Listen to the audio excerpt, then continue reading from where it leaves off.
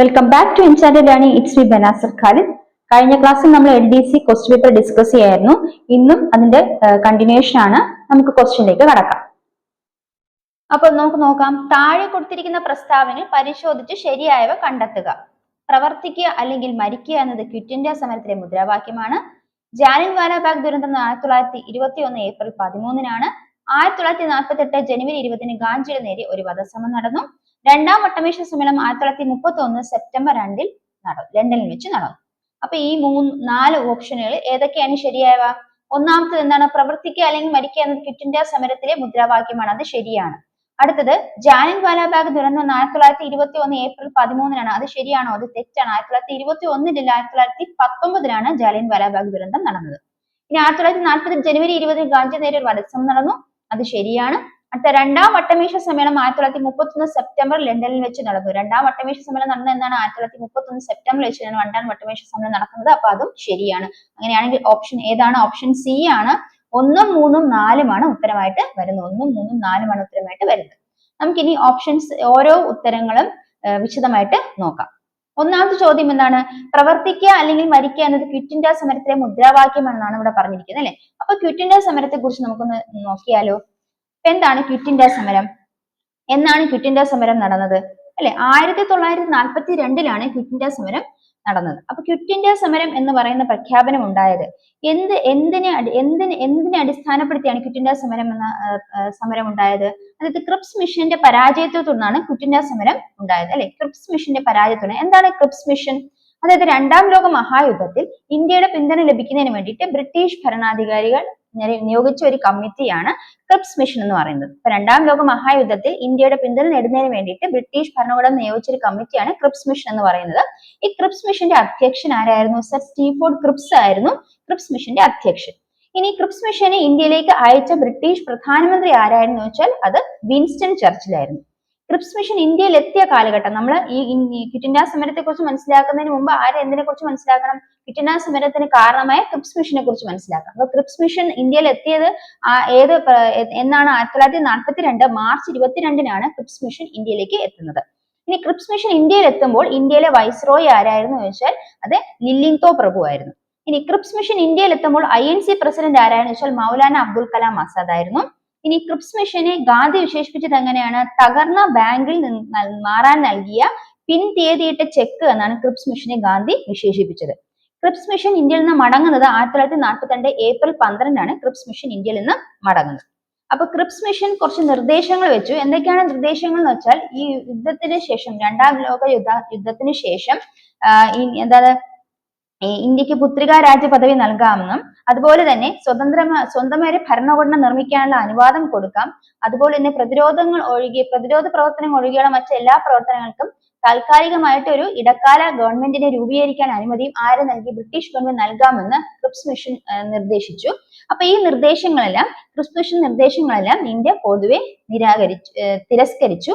അതായത് ഇതിന് പ്രധാനമായിട്ടും കോൺഗ്രസ് ഉൾപ്പെടെയുള്ള രാഷ്ട്രീയ പാർട്ടികൾ അതിനെ എതിർപ്പ് പ്രകടിപ്പിച്ചു. അതോടൊപ്പം തന്നെ പാകിസ്ഥാന്റെ വാദം ഇവര് സ്വീകരിക്കാത്തത് കൊണ്ട് മുസ്ലിം ലീഗും ഇതിൽ നിന്ന് മാറി നിന്നു.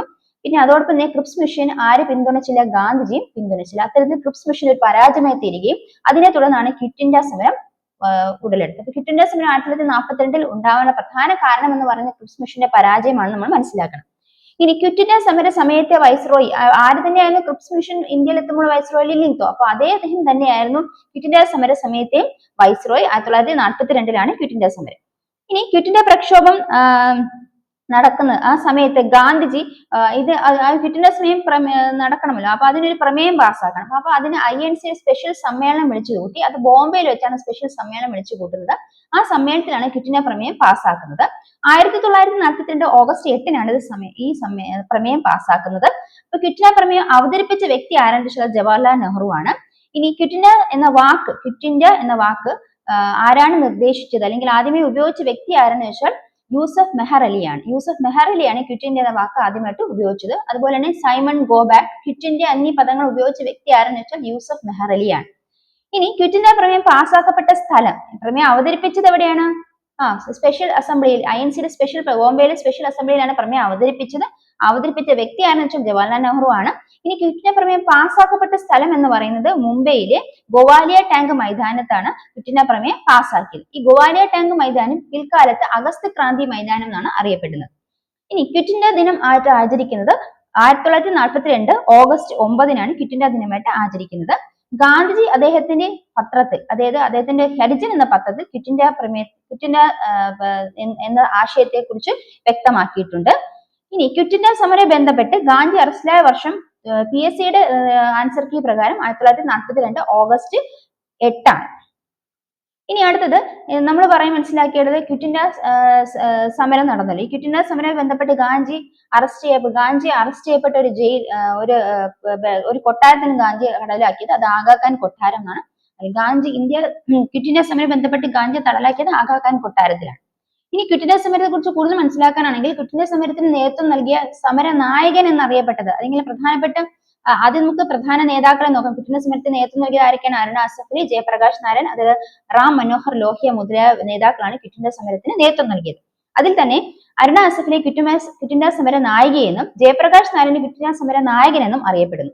ഇനി ക്വിറ്റ് ഇന്ത്യ സമരത്തെ അനുഭാവം പ്രകടിപ്പിച്ചുകൊണ്ട് ക്വിറ്റ് ഇന്ത്യ സമരത്തിന് ഗാന്ധി ഒരു മുദ്രാവാക്യം പുറപ്പെടുവിച്ചായിരുന്നു. അതാണ് പ്രവർത്തിക്കുക അല്ലെങ്കിൽ മരിക്കുക എന്നുള്ളത്. അതാണ് ഈ ക്വസ്റ്റ്യനിൽ ഒന്നാമതേ പറഞ്ഞിരിക്കുന്നത്. ഇനി ക്വിറ്റ് ഇന്ത്യ സമരത്തിന് അനുഭാവം പ്രകടിപ്പിച്ചുകൊണ്ട് കേരളത്തിൽ നടന്നൊരു പ്രക്ഷോഭമാണ് കീഴാരിയൂർ ബോംബ് കേസ്. എന്താണ്? കീഴാരിയൂർ ബോംബ് കേസ് ആണ് കേരളത്തിൽ നടന്ന പ്രക്ഷോഭം. അതിന് നേതൃത്വം നൽകിയത് ഡോക്ടർ KB മേനോൻ. ഇപ്പൊ Keezhariyur bomb case quit India സമരവുമായി ബന്ധപ്പെട്ട് മലബാറിൽ നടന്ന പ്രക്ഷോഭമാണ് കീഴാരിയൂർ ബോംബ് കേസ്. അതിന് നേതൃത്വം നൽകിയത് ഡോക്ടർ KB മേനോനാണ്. ഇനി ക്വിറ്റ് ഇന്ത്യ സമര സമയത്തെ ഗാന്ധി തടവിലാക്കപ്പെട്ട് ജയിൽ ഏതാണ്? ആഗാഖാൻ കൊട്ടാരമാണ്. അത് പൂനെയിലാണ്. പൂനെയിലെ ആഗാഖാൻ കൊട്ടാരത്തിലാണ് ഗാന്ധി തടവിലാക്കപ്പെട്ടത്. ഇനി ക്വിറ്റ് ഇന്ത്യ സമര സമയത്ത് നമ്മൾ നേരത്തെ പറഞ്ഞു ക്രിപ്സ് മിഷൻ ഇന്ത്യയിൽ എത്തിയ സമയത്ത് INC പ്രസിഡന്റ് മൗലാന അബ്ദുൽ കലാം ആസാദ് എന്ന് പറയുന്നത് പോലെ തന്നെ ക്വിറ്റ് ഇന്ത്യ സമര സമയത്ത് INC പ്രസിഡന്റ് ആര് തന്നെയാണ്? മൗലാന അബ്ദുൽ കലാം ആസാദ് ആണ്. ഇനി ക്വിറ്റ് ഇന്ത്യ സമരത്തെ ക്വിറ്റ് ഇന്ത്യ സമരം 1857 വിപ്ലവം പോലെ ഏറ്റവും ഗുരുതരമായ ഒരു വിപ്ലവമാണ് ക്വിറ്റ് ഇന്ത്യ പ്രക്ഷോഭം എന്ന് വിശേഷിപ്പിച്ച വൈസ്രോയ് ആരായിരുന്നു? അപ്പോഴത്തെ വൈസ്രോയ് ലിലിൻതോ പ്രഭുവാണ് അങ്ങനെ വിശേഷിപ്പിച്ചത്. അപ്പൊ ഇത്തരം കാര്യങ്ങളാണ് നമ്മൾ ക്വിറ്റ് ഇന്ത്യ സമരവുമായി ബന്ധപ്പെട്ട് മനസ്സിലാക്കാനുള്ളത്. അപ്പൊ അതാണ് ആദ്യത്തെ ക്വസ്റ്റ്യനുമായിട്ട് അനുബന്ധിച്ചുള്ള ഫാക്ട്സ്. അത് നിങ്ങൾക്ക് ക്ലിയർ ആയെന്ന് വിശ്വസിക്കുന്നു. നമുക്ക് അടുത്ത ചോദ്യത്തിലോട്ട്, അതായത് അടുത്ത ഓപ്ഷനിലോട്ട് പോകാം.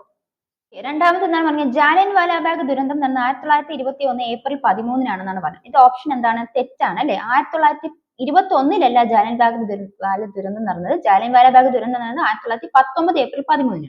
അപ്പൊ ജാലിയൻ വാലാബാഗ് ദുരന്തം നടക്കാൻ കാരണമായത് എന്താണ്? റൗലത്ത് നിയമമാണ് ജാലിയൻ വാലാബാഗ് ദുരന്തം നടക്കാനുള്ള കാരണം. എന്താണ് റൗലത്ത് നിയമം? റൗലത്ത് നിയമം എന്ന് പറയുന്നതിന്റെ ആക്ടിന്റെ ഔദ്യോഗികമായ നാമം എന്ന് അറിയപ്പെടുന്ന അനാർക്കിക്കൽ ആൻഡ് റെവല്യൂഷണറി ക്രൈം ആക്ട് എന്നാണ്. എന്താണ്? അനാർക്കിക്കൽ ആൻഡ് റെവല്യൂഷണറി ക്രൈം ആക്ട് എന്നാണ് റൗലത്ത് ആക്ടിന്റെ ഔദ്യോഗികമായ നാമം. ഇനി റൗലത്ത് നിയമം പാസ്സാക്കിയത് 1919 ഫെബ്രുവരിയാണ്. അപ്പൊ റൗലത്ത് നിയമം പാസ്സാക്കിയത് ഒരു കമ്മിറ്റി റിപ്പോർട്ട് സമർപ്പിച്ചതിന്റെ അടിസ്ഥാനത്തിലാണ്. ആ കമ്മീഷൻ നേതൃത്വം നൽകിയത് ജസ്റ്റിസ് സിഡ്നി റൗലറ്റ് ആണ്. അതുകൊണ്ടാണ് ആ നിയമത്തെ റൗലത്ത് നിയമം എന്ന് അറിയപ്പെടുന്നത്.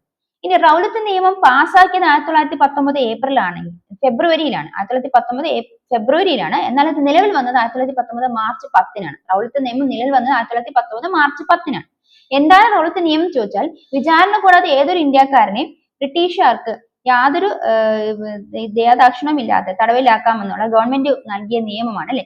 അധികാരം. ബ്രിട്ടീഷുകാർക്ക് വിചാരണ കൂടാതെ ഏതൊരു ഇന്ത്യക്കാരനെയും തടവിലാക്കാനുള്ള അധികാരം ബ്രിട്ടീഷ് ഗവൺമെന്റ് നൽകിയത് നിയമമാണ് റൗലത്ത് നിയമം. ഏതൊരു വിചാരണയൊന്നും കൂടാതെ ഏത് സമയത്ത് വേണമെങ്കിലും ഒരു ഇന്ത്യക്കാരനെ തടവിലാക്കാനുള്ള അധികാരം ബ്രിട്ടീഷ് സർക്കാരിന് ഗവൺമെന്റ് നൽകുന്ന നിയമമാണ് ഈ റൗലത്ത് നിയമം. അത് പാസ്സാക്കിയത് എന്നാണ് 1919 ഫെബ്രുവരിയിലാണ്. എന്നാൽ നിലവിൽ വന്നത് 1919 മാർച്ച് 10.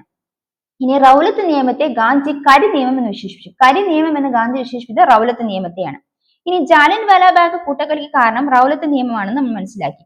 അപ്പൊ ഗാന്ധിജി ഈ റൗലത്ത് നിയമത്തിനെതിരെ പ്രതിഷേധിച്ചു. അദ്ദേഹം പ്രതിഷേധിച്ചത് ഒരു സത്യാഗ്രഹം അനുഷ്ഠിച്ചുകൊണ്ടാണ്. അദ്ദേഹം ബോംബെയിൽ സത്യാഗ്രഹം അനുഷ്ഠിച്ചു. 1919 ഏപ്രിൽ 6 അദ്ദേഹം സത്യാഗ്രഹം അനുഷ്ഠിക്കുന്നത്. അപ്പൊ ആ സത്യാഗ്രഹത്തെ റൗലത്ത് സത്യാഗ്രഹം എന്ന് വിശേഷിപ്പിക്കുന്നു. ഇനി ജാലിയൻ വാലാബാഗ് കൂട്ടക്കൊലയ്ക്ക് കാരണമായ നിയമം റൗലത്ത് നിയമമാണെന്ന് നമ്മൾ പറഞ്ഞല്ലോ. ഇനി ജാലിയൻ വാലാബാഗ് ദുരന്തം നടന്നത് എവിടെയാണ്? അത് പഞ്ചാബിലെ അമൃത്സറിലാണ് നടന്നത്. അതിന് കാരണം എന്ന് പറഞ്ഞാല് റൗലത്ത് നിയമങ്ങൾക്ക് എതിരായിട്ട് പഞ്ചാബിൽ അതിനുവേണ്ടി പ്രതിഷേധിച്ച വ്യക്തികളുടെ പ്രമുഖരാണ് സെയ്ഫുദ്ദീൻ കിച്ലുവും ഡോക്ടർ സത്യപാൽ. അപ്പൊ സെയ്ഫുദ്ദീൻ കിച്ചലും ഡോക്ടർ സത്യപാലിനെയും ബ്രിട്ടീഷുകാര് 1919 ഏപ്രിൽ 10 അറസ്റ്റ് ചെയ്യുന്നു. ഈ അറസ്റ്റിൽ പ്രതിഷേധിച്ചുകൊണ്ട് 1919 ഏപ്രിൽ 10 അറസ്റ്റ് ചെയ്യുന്നത്. 1919 ഏപ്രിൽ 10 ഇവരെ അറസ്റ്റ് ചെയ്ത് ഈ അറസ്റ്റിൽ പ്രതിഷേധിച്ചുകൊണ്ടാണ് എന്ത് ചെയ്യുന്നത്, ഈ ജനങ്ങൾ ഈ പറയുന്ന ജാലിയൻ വാലാബാഗ് ബാഗിൽ ഒത്തുകൂടുന്നത്. 1919 ഏപ്രിൽ 13 അവർ ഒത്തുകൂടുന്നത്. അപ്പൊ ഈ ഒത്തുകൂടിയപ്പോൾ ഇവർക്ക് നേരെ വെടിയുതിർക്കാൻ വേണ്ടി നിർദ്ദേശിച്ച ബ്രിട്ടീഷ് ഉദ്യോഗസ്ഥന് അല്ലെ, ഇവർക്ക് വേണ്ടി വെടിയുതിർക്കാൻ വേണ്ടി അനുമതി നൽകിയ പഞ്ചാബ് ഗവർണർ ആരായിരുന്നു? ആ Punjab governor Michael O'Dwyer ആയിരുന്നു ആ പഞ്ചാബ് ഗവർണർ. എന്നാൽ ആ ജാലിയൻ വാലാബാഗിലെ ആളുകൾക്ക് നേരെ വെടിയുതിർക്കാൻ വേണ്ടി നേതൃത്വം നൽകിയ വ്യക്തി ബ്രിട്ടീഷ് സൈന്യാധിപൻ ആരാണെന്ന് ചോദിച്ചാൽ അത് ജനറൽ റെജിനാൾഡ് ഡയർ ആണ്. ജനറൽ റെജിനാൾഡ് ഡയർ ആണ്. ജാലിയൻ വാലാബാഗ് സമരക്കാരെ വെടിയുതിർക്കുന്നതിന് വേണ്ടി നിർദ്ദേശം നൽകി അനുമതി നൽകിയത് പഞ്ചാബ് ഗവർണറായ മൈക്കിൾ ഒ ഡയറും. ഇനി അവർക്ക് നേരെ നിറയൊഴിക്കാൻ വേണ്ടി മുന്നിട്ട് നിന്ന് ബ്രിട്ടീഷ് സൈന്യാധിപൻ ആരാണെന്ന് ചോദിച്ചാൽ ജനറൽ റെജിനാൾഡ് ഡയറുമാണ്. ഇനി മൈക്കിൾ ഒ ഡയറിനെ വധിച്ച ഒരു വിപ്ലവകാരിയുണ്ട്, അതാണ് ഉദ്ധം സിംഗ്. ഉദ്ധം സിംഗ് എന്ന വിപ്ലവകാരിയാണ് മൈക്കിൾ ഒ ഡയറിനെ വധിക്കുന്നത്.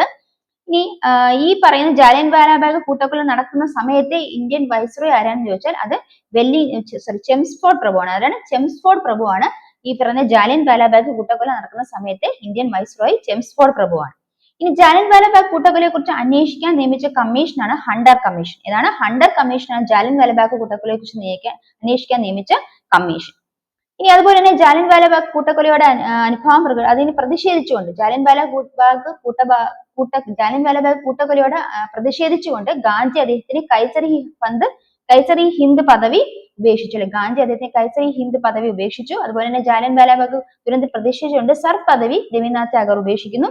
അതുപോലെ തന്നെ INC-യുടെ മലയാളിയായ പ്രസിഡന്റ് NC ശങ്കരൻ നായർ ഈ വൈസ്രോയുടെ എക്സിക്യൂട്ടീവ് കൗൺസിലിൽ നിന്നും രാജിവെക്കുന്നതും ഇതിനോട് പ്രതിഷേധിച്ചുകൊണ്ടാണ്. ഇത്തരം കാര്യമാണ് ജാലിയൻ വാലാബാഗിനെ കുറിച്ച് നമ്മൾ മനസ്സിലാക്കാറുള്ളത്. ഇനി മൂന്നാമത്തെ ഓപ്ഷൻ എന്താണ്? അത് ശരിയാണ് അല്ലെ. ഇനി നാലാമത്തെ ഓപ്ഷൻ രണ്ടാം വട്ടമേശ സമ്മേളനം. അപ്പൊ വട്ടമേശ സമ്മേളനത്തെ കുറിച്ചാണ് നമ്മളിവിടെ മനസ്സിലാക്കാൻ പോകുന്നത്.